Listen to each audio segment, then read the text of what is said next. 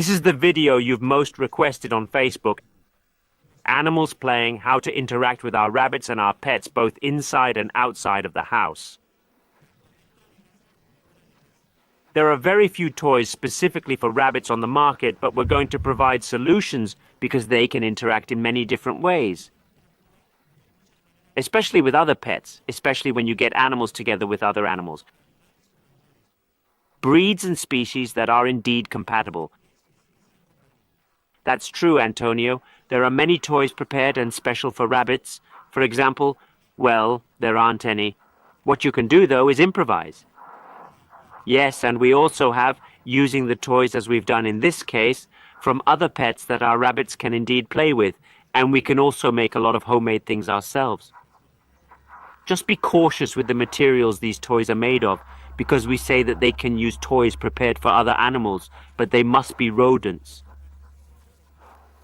Well, you have to keep in mind that they are always going to nibble and try to eat the toys that we put on them, hence always using raw material for the toys, like you can see here, such as cardboard, wood, and natural things, items they can eat without any problem. For instance, these hay tunnels that they adore when they are little, they get in here, plus they use it as food.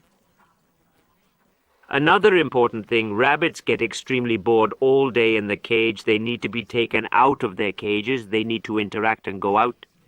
If you have other pets, like you can see here, Emmy's Coco, who has a blast, who is going to have a phenomenal time playing with other animals. That's called environmental enrichment. It's allowing the animals to have toys and other living beings to interact with. And just like we all did when we were young, fight, play, laugh, chase each other, everything. This toy, for example, we made at Cunipic, and bunnies find it very, very amusing. Look, it's right here underneath. Why? Because it has these threads that tickle their whiskers and they can play for hours. Also, they can hide and go out through different holes. Here we have different types of huts. Wicker, wood, for instance. This one right here, where we need to adapt huts for smaller bunnies. Since they can get in, these huts will last them longer than the huts that are just made of hay. Bunnies are going to eat the hay rapidly, and they'll eat the wood too, but it's going to last them a tad bit longer.